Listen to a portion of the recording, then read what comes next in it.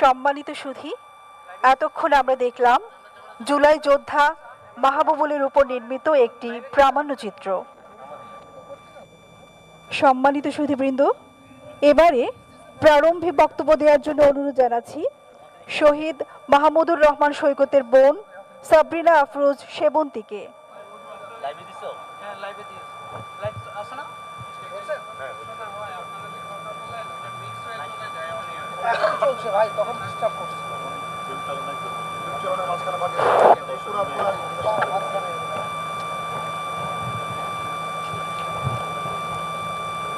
প্রিয় দেশবাসী, আসসালামু আলাইকুম। জুলাই গণঅভ্যুত্থানের 1 বছর পূর্তি উপলক্ষে এক ঐতিহাসিক সমাবেশে আমরা একত্রিত হয়েছি। 1 বছর আগে এই দিনে একটি স্বৈরাচারী ফ্যাসিস্ট সরকারের পতন হয়েছিল এবং তৎকালীন অবৈধভাবে নির্বাচিত সরকার প্রধান পদত্যাগ করে দেশ থেকে পালিয়ে যেতে বাধ্য হয়েছিল। বাংলাদেশে যার নজির ইতিপূর্বে দেখা যায়নি। এই অভূতপূর্ব গণ অভ্যুত্থান আমাদেরকে অর্জন করতে হয়েছে বহু ত্যাগের বিনিময়ে।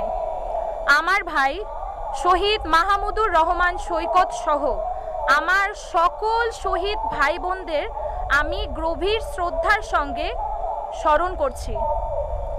আন্দোলনের সময় গত 19 জুলাই রাজধানীর মোহাম্মদপুরের নূরজাহান রোডে সরকারি প্রাথমিক বিদ্যালয়ের সামনের সড়কে স্বৈরাচারী বাহিনীর গুলি আমার ভাইয়ের প্রাণ কেড়ে নেয়। আমার ভাই সকল শহীদ ভাইয়ের প্রাণের বিনিময়ে আজ আমি মুক্ত স্বাধীন বাংলাদেশে আপনাদের সামনে কথা বলছি। 19 জুলাই আমার পরিবার যখন আমার ভাইয়ের লাশ শহীদ সোহরাওয়ার্দী মেডিকেল কলেজ হাসপাতালের মর্গে পায়, তখন দেখা যায় তার মাথায় ছিল রক্তাক্ত ব্যান্ডেজ। মৃত্যুর কারণ হিসেবে লেখা ছিল গানশট। এই গানশট শুধু আমার ভাইয়ের মাথায় নয়, আমার পুরো পরিবারের মাথায় লেগেছিল, বাংলাদেশের হৃদয়ে লেগেছিল। আমার ভাইয়ের উচ্চতা ছিল 6 ফুট 2 ইঞ্চি। আমার বাবা সবসময় আমার ভাইয়ের উচ্চতা নিয়ে গর্ব করতেন, অথচ সেই উচ্চতায় আমাদের সকলের জন্য কাল হয়ে দাঁড়ালো। গুলি এসে ছিদ্র করে দিয়ে চলে গেল আমার ভাইয়ের মাথা।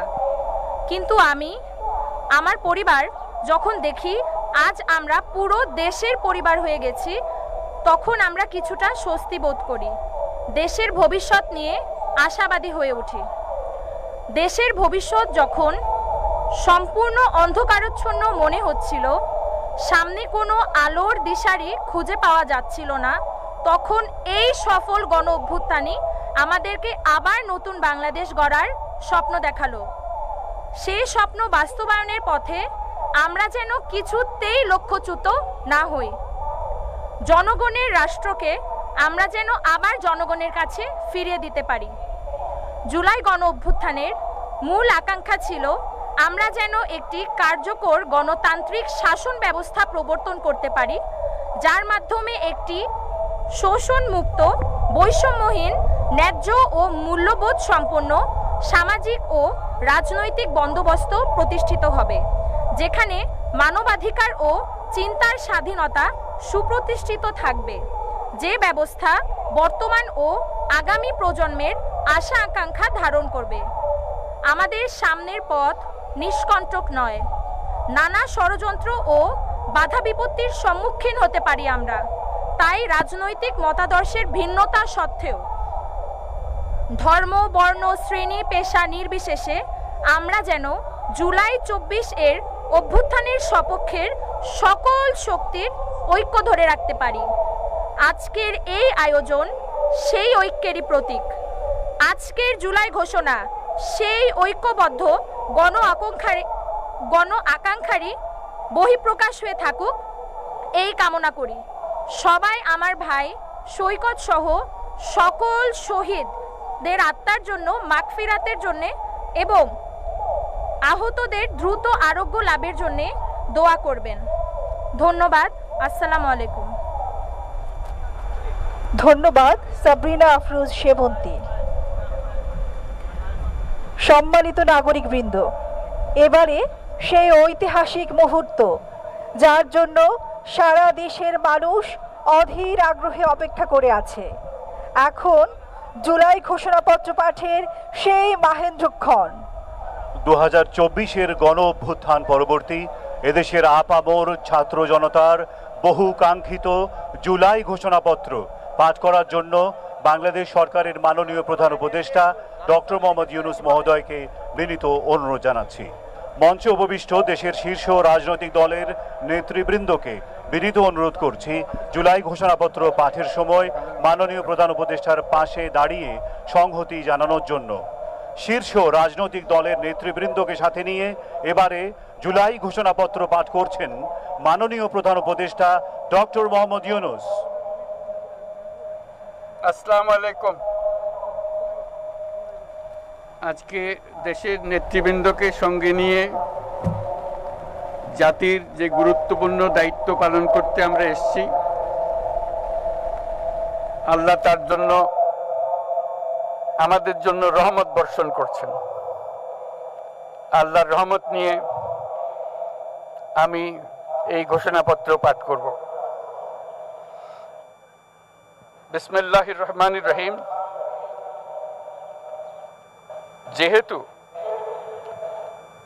উপনিবেশ বিরোধী লড়াইয়ের সুদীর্ঘকালের ধারাবাহিকতায় এই ভূখণ্ডের মানুষ দীর্ঘ 23 বছর পাকিস্তানের স্বৈরশাসকদের বঞ্চনা ও শোষণের বিরুদ্ধে রুখে দাঁড়িয়েছিল এবং নির্বিচার গণহত্যার বিরুদ্ধে গণপ্রতিরোধ গড়ে 1971 সালে 26শে মার্চ স্বাধীনতা ঘোষণা করে রক্তক্ষয়ী মুক্তিযুদ্ধের মাধ্যমে জাতীয় মুক্তির লক্ষ্যে বাংলাদেশ রাষ্ট্র প্রতিষ্ঠা করেছিল। এবং যেহেতু বাংলাদেশের আপামর জনগণ দীর্ঘ আন্দোলন সংগ্রামের মধ্য দিয়ে এই ভূখণ্ডে স্বাধীনতার ঘোষণাপত্রে বিবৃত সাম্য, মানবিক মর্যাদা, সামাজিক সুবিচারের ভিত্তিতে উদার গণতান্ত্রিক রাষ্ট্র বিনির্মাণের আকাঙ্ক্ষাকে বাস্তবায়নের জন্য সর্বোচ্চ ত্যাগ স্বীকার করেছে। এবং যেহেতু স্বাধীন বাংলাদেশের 1972 সালের সংবিধান প্রণয়ন পদ্ধতি এর কাঠামোগত দুর্বলতা ও অপপ্রয়োগের ফলে স্বাধীনতা পরবর্তী আওয়ামী লীগ সরকার মুক্তিযুদ্ধের জন আকাঙ্ক্ষা পূরণে ব্যর্থ হয়েছিল এবং গণতন্ত্র ও রাষ্ট্রীয় প্রতিষ্ঠানগুলোর কার্যকারিতা ক্ষুণ্ণ করেছিল।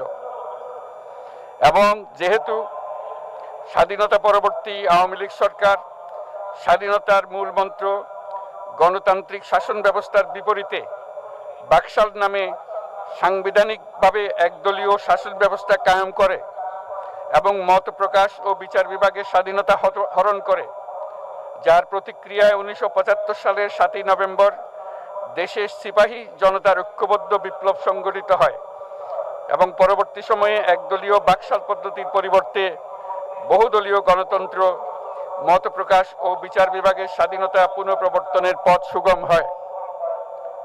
এবং যেহেতু 80-র দশকে সামরিক স্বৈরশাসনের বিরুদ্ধে দীর্ঘ 9 বছর ছাত্র জনতার অবিরাম সংগ্রামের মধ্য দিয়ে 1990 সালে গণ অভ্যুত্থান সংগঠিত হয় এবং 91 সনে পুনরায় সংসদীয় গণতান্ত্রিক শাসন ব্যবস্থার প্রবর্তন করা হয়। এবং যেহেতু দেশি বিদেশি চক্রান্তে সরকার পরিবর্তনের গণতান্ত্রিক প্রক্রিয়া ব্যাহত হওয়ায় 1/11-র মতো ষড়যন্ত্রমূলক ব্যবস্থার মাধ্যমে বাংলাদেশে শেখ হাসিনার একচ্ছত্র ক্ষমতা, আধিপত্য এবং ফেসিবাদের পথ সুগম করা হয়। যেহেতু দীর্ঘ 16 বছরের ফেসিবাদী অগণতান্ত্রিক গণবিরোধী শাসন ব্যবস্থা কায়েমের লক্ষ্যে এবং একদলীয় রাষ্ট্র ব্যবস্থা প্রতিষ্ঠার অতি উগ্র বাসনা চরিতার্থ করার অভিপ্রায়ে সংবিধানে অবৈধ অগণতান্ত্রিক পরিবর্তন করা হয়, যার ফলে একদলীয় একচ্ছত্র ক্ষমতা ও আধিপত্য প্রতিষ্ঠার পথ সুগম হয়। এবং যেহেতু শেখ হাসিনার আওয়ামী লীগ সরকারের দুঃশাসন, গুম খুন, আইন বহির্ভূত হত্যাকাণ্ড, মত প্রকাশের স্বাধীনতা হরণ এবং একদলীয় স্বার্থে সংবিধান সংশোধন ও পরিবর্তন বাংলাদেশের সকল রাষ্ট্রীয় সাংবিধানিক প্রতিষ্ঠানসমূহকে ধ্বংস করে। এবং যেহেতু হাসিনা সরকারের আমলে তারই নেতৃত্বে একটি চরম গণবিরোধী, একতান্ত্রিক ও মানবাধিকার হরণকারী শক্তি বাংলাদেশকে একটি ফ্যাসিবাদী, মাফিয়া এবং ব্যর্থ রাষ্ট্রের রূপ দিয়ে আন্তর্জাতিকভাবে বাংলাদেশের ভাবমূর্তি ক্ষুণ্ণ করে, এবং যেহেতু তথাকথিত উন্নয়নের নামে শেখ হাসিনার ফ্যাসিবাদী নেতৃত্বে সীমাহীন দুর্নীতি, ব্যাংক লুট, অর্থ পাচার ও অর্থনৈতিক প্রতিষ্ঠানগুলিকে ধ্বংসের মধ্যে দিয়ে বিগত পতিত দুর্নীতিবাজ আওয়ামী লীগ সরকার বাংলাদেশ ও এর অমিত অর্থনৈতিক সম্ভাবনাকে বিপর্যস্ত করে তোলে এবং পরিবেশ, প্রাণ বৈচিত্র্য ও জলবায়ুকে বিপন্ন করে। এবং যেহেতু শেখ হাসিনার ফ্যাসিস্ট সরকারের বিরুদ্ধে রাজনৈতিক দল, ছাত্র শ্রমিক সংগঠন সহ সমাজের সর্বস্তরের জনগণ গত প্রায় 16 বছর যাবৎ নিরন্তর গণতান্ত্রিক সংগ্রাম করে জেল জুলুম, হামলা মামলা, গুম খুন ও বিচার বহির্ভূত হত্যাকাণ্ডের শিকার হয়, এবং যেহেতু বাংলাদেশে বিদেশি রাষ্ট্রের অন্যায় প্রভুত্ব, শোষণ ও খবরদারিত্বের বিরুদ্ধে এদেশের মানুষের ন্যায়সঙ্গত আন্দোলনকে বহিঃশক্তির তাবেদার আওয়ামী লীগ সরকার নিষ্ঠুর শক্তি প্রয়োগের মাধ্যমে দমন করে, এবং যেহেতু অবৈধভাবে ক্ষমতা অব্যাহত রাখতে আওয়ামী লীগ সরকার 3টি প্রহসনের নির্বাচনে এর জাতীয় সংসদ নির্বাচন এদেশের মানুষকে ভোটাধিকার ও প্রতিনিধিত্ব থেকে বঞ্চিত করে। যেহেতু আওয়ামী লীগ আমলে ভিন্ন মতের রাজনৈতিক নেতাকর্মী, শিক্ষার্থী, তরুণদের নিষ্ঠুরভাবে নির্যাতন করা হয় এবং সরকারি চাকুরিতে একচেটিয়া দলীয় নিয়োগ এবং কোটাভিত্তিক বৈষম্যের কারণে ছাত্র, চাকুরি প্রার্থী, নাগরিকদের মধ্যে চরম ক্ষোভের জন্ম হয়, এবং যেহেতু বিরোধী রাজনৈতিক দল সংগঠনের উপর চরম নিপীড়নের ফলে দীর্ঘদিন ধরে জনরোষের সৃষ্টি হয় এবং জনগণ সকল বৈধ প্রক্রিয়া অবলম্বন করে ফ্যাসিবাদ বিরোধী লড়াই চালিয়ে যায়, এবং যেহেতু সরকারি চাকরিতে বৈষম্যমূলক কোটা ব্যবস্থা বিলোপ ও দুর্নীতি প্রতিরোধে বৈষম্য বিরোধী ছাত্র আন্দোলন চলাকালে আওয়ামী লীগ সরকার কর্তৃক ব্যাপক দমন পীড়ন, বর্বর অত্যাচার, মানবতা বিরোধী হত্যাকাণ্ড চালানো হয়, যার ফলে সারা দেশে দলমত নির্বিশেষে ছাত্র জনতার উত্তাল গণবিক্ষোভ গণ অভ্যুত্থানের রূপ নেয়। এবং যেহেতু ফ্যাসিস্ট শক্তির বিরুদ্ধে অদম্য ছাত্র জনতার অভ্যুত্থানে রাজনৈতিক দল, ধর্মীয়, সামাজিক, সাংস্কৃতিক, পেশাজীবী, নারী ও শ্রমিক সংগঠনসমূহ সমাজের সকল স্তরের মানুষ যোগদান করে এবং আওয়ামী ফ্যাসিবাদী বাহিনী রাজপথে নারী, শিশু সহ প্রায় 1000 মানুষকে নির্বিচারে হত্যা করে, অগণিত মানুষ পঙ্গুত্ব, অন্ধত্ব বরণ করে। আন্দোলনের চূড়ান্ত পর্যায়ে সামরিক বাহিনীর সদস্যগণ জনগণের গণতান্ত্রিক লড়াইকে সমর্থন প্রদান করে, এবং যেহেতু অবৈধ শেখ হাসিনা সরকার পতন, ফ্যাসিবাদী ব্যবস্থার বিলোপ এবং নতুন রাজনৈতিক বন্দোবস্তের লক্ষ্যে বৈষম্য বিরোধী ছাত্র আন্দোলনের ডাকে জনগণ অসহযোগ আন্দোলন শুরু করে, পরবর্তী সময়ে 5ই আগস্ট ঢাকা অভিমুখে লং মার্চ পরিচালনা করে এবং ফ্যাসিবাদ বিরোধী আন্দোলনরত সকল রাজনৈতিক দল, ছাত্র জনতা তথা সর্বস্তরের সকল শ্রেণীর, পেশার, আপামর জনসাধারণ তীব্র আন্দোলনের চূড়ান্ত পর্যায়ে গণভবনমুখী জনতার উত্তাল যাত্রার মুখে ফ্যাসিস্ট হাসিনা 5ই আগস্ট 2024 তারিখে পদত্যাগ করে দেশ ছেড়ে পালিয়ে যেতে বাধ্য হয়। এবং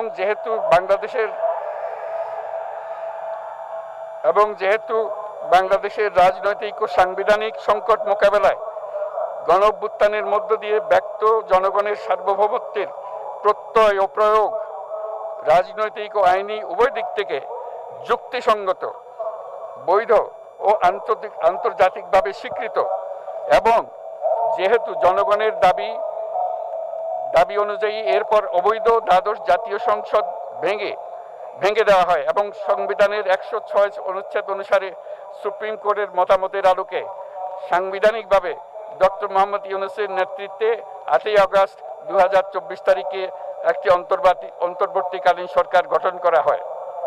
এবং যেহেতু বাংলাদেশের সর্বস্তরের জনগণের ফ্যাসিবাদ বিরোধী তীব্র আকাঙ্ক্ষা এবং ছাত্র জনতার অভ্যুত্থানের মধ্য দিয়ে ফ্যাসিবাদ বৈষম্য দুর্নীতিমুক্ত সমাজ ও রাষ্ট্র বিনির্মাণের অভিপ্রায় প্রকাশিত হয়,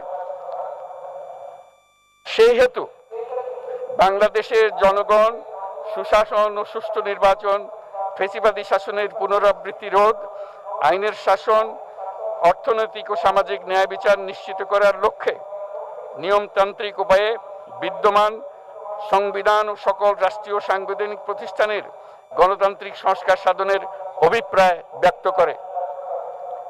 এবং সেহেতু বাংলাদেশের জনগণ বিগত 16 বছরের দীর্ঘ ফ্যাসিবাদ বিরোধী আন্দোলন সংগ্রামকালে এবং 2024 সালের জুলাই গণঅভ্যুত্থানকালীন সময়ে ফ্যাসিস্ট আওয়ামী লীগ সরকার কর্তৃক সংগঠিত গুম, খুন, হত্যা, গণহত্যা, মানবাধিকার বিরোধী অপরাধ ও সকল ধরনের নির্যাতন, নিপীড়ন ও রাষ্ট্রীয় সম্পত্তি লুণ্ঠনের অপরাধ সমূহের দ্রুত উপযুক্ত বিচারের দৃঢ় অভিপ্রায় ব্যক্ত করছে।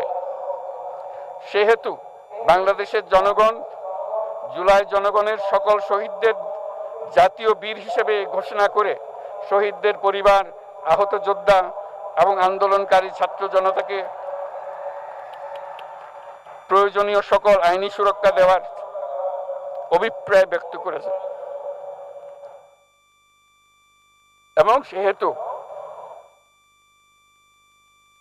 বাংলাদেশের জনগণ যুক্তিসঙ্গত সময়ে আয়োজিতব্য অবাধ ও সুষ্ঠু ও নিরপেক্ষ একটি নির্বাচনের মাধ্যমে গঠিত জাতীয় সংসদে প্রতিশ্রুত প্রয়োজনীয় সাংবিধানিক সংস্কারের মাধ্যমে দেশের মানুষের প্রত্যাশা, বিশেষত তরুণ প্রজন্মের আকাঙ্ক্ষা অনুযায়ী আইনের শাসন ও মানবাধিকার, দুর্নীতি, শোষণমুক্ত, বৈষম্যহীন ও মূল্যবোধ সম্পন্ন সমাজ এবং গণতান্ত্রিক রাষ্ট্র ব্যবস্থা প্রতিষ্ঠার অভিপ্রায় ব্যক্ত করেছে।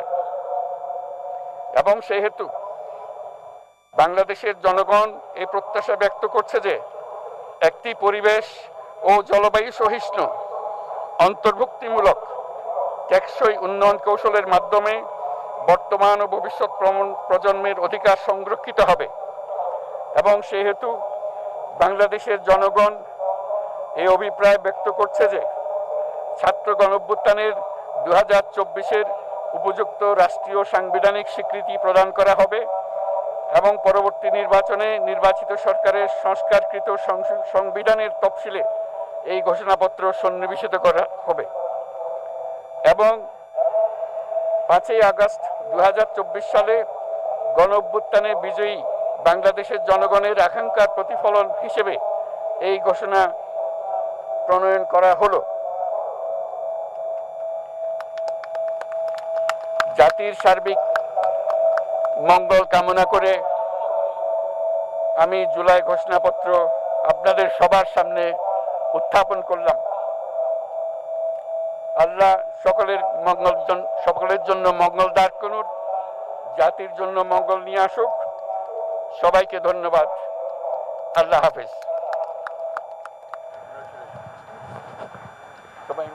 সম্মানিত সুধীবৃন্দ, ঐতিহাসিক জুলাই ঘোষণাপত্র পাঠ শেষ হলো। রাজনৈতিক নেতৃবৃন্দ সহ উপস্থিত সকলকে আন্তরিক ধন্যবাদ।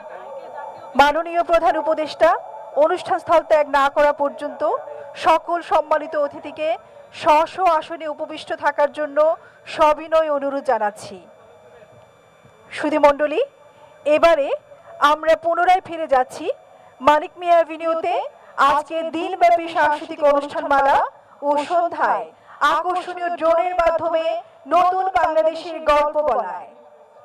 দেশের সকল নাগরিকের সুস্বাস্থ্য কামনা করছি। সবাইকে ধন্যবাদ। অসংখ্য ধন্যবাদ জানাচ্ছি। আমরা এতক্ষণ সরাসরি যুক্ত ছিলাম, শুনেছি আপনাদের যে সেই কাঙ্ক্ষিত জুলাই সনদ ত্যাগ না করা পর্যন্ত সকল সম্মানিত অতিথিবৃন্দকে নিজ নিজ আসনে উপবিষ্ট তুলে থাকার জন্য সৃষ্টিকর্তার কাছে অনেকে সবিনয় প্রার্থনা অনুরোধ করেছেন, জানাচ্ছি। এখনো All of করছেন। you are requested to kindly keep in yourself in your seats until the departure of the Honorable Chief Advisor. Lead নিয়ে নিতে এখান থেকে।